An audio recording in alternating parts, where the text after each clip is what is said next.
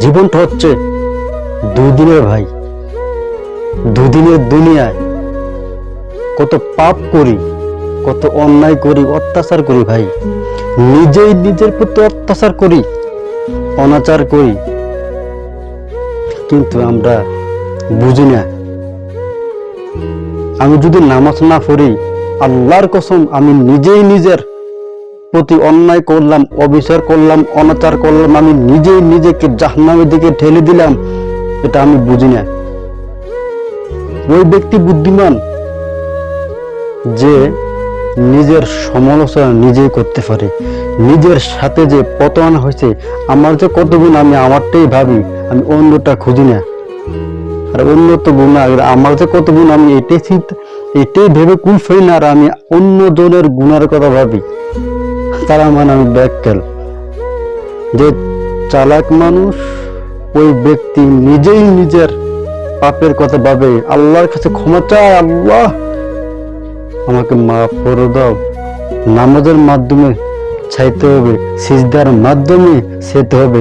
আল্লাহ পবিত্র কোরআনের মধ্যে বলেন, আউযু বিল্লাহি মিনাশ শাইতানির রাজিম, বিসমিল্লাহির রহমানির রহিম, ইয়া আইয়ুহাল্লাযীনা আমানুস্তাঈনু বিস-সাবরি ওয়াস-সালাহ, ধৈর্য এবং সালাতের মাধ্যমে সাহায্য চাও। ইন্নাল্লাহা মা'আস-সাবিরিন, নিশ্চয়ই আল্লাহ ধৈর্যশীলদের সাথে আছেন। নামাজ এমন একটা ইবাদত, ইবাদতের জগতের শ্রেষ্ঠ ইবাদত। ওই নামাজের মধ্যে যখন সিজদা দেই, আল্লাহ আমাদের কাছে আছেন। সিজদার মাধ্যমে, ওই সিজদার মধ্যে যা চাও তাই পাবে। তুমি সিজদার মাধ্যমে আল্লাহর কাছে চাও এবং ধৈর্য থাকো, মানে আল্লাহর উপর ভরসা থাকো।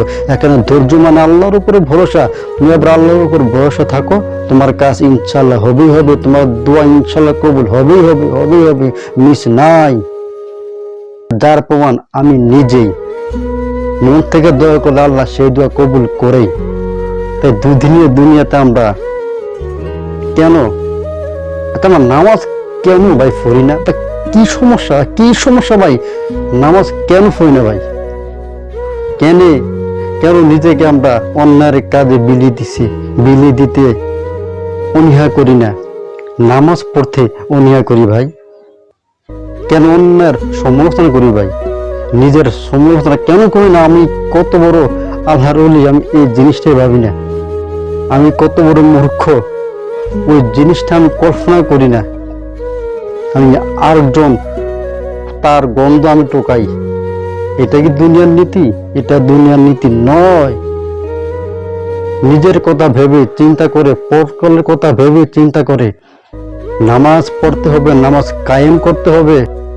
সর্বোপরি আল্লাহর জন্য কাজ করতে হবে। যা করব আল্লাহর জন্য। কিন্তু আমরা আল্লাহর জন্য কাজ করি না, আমি নিজে তো করি না।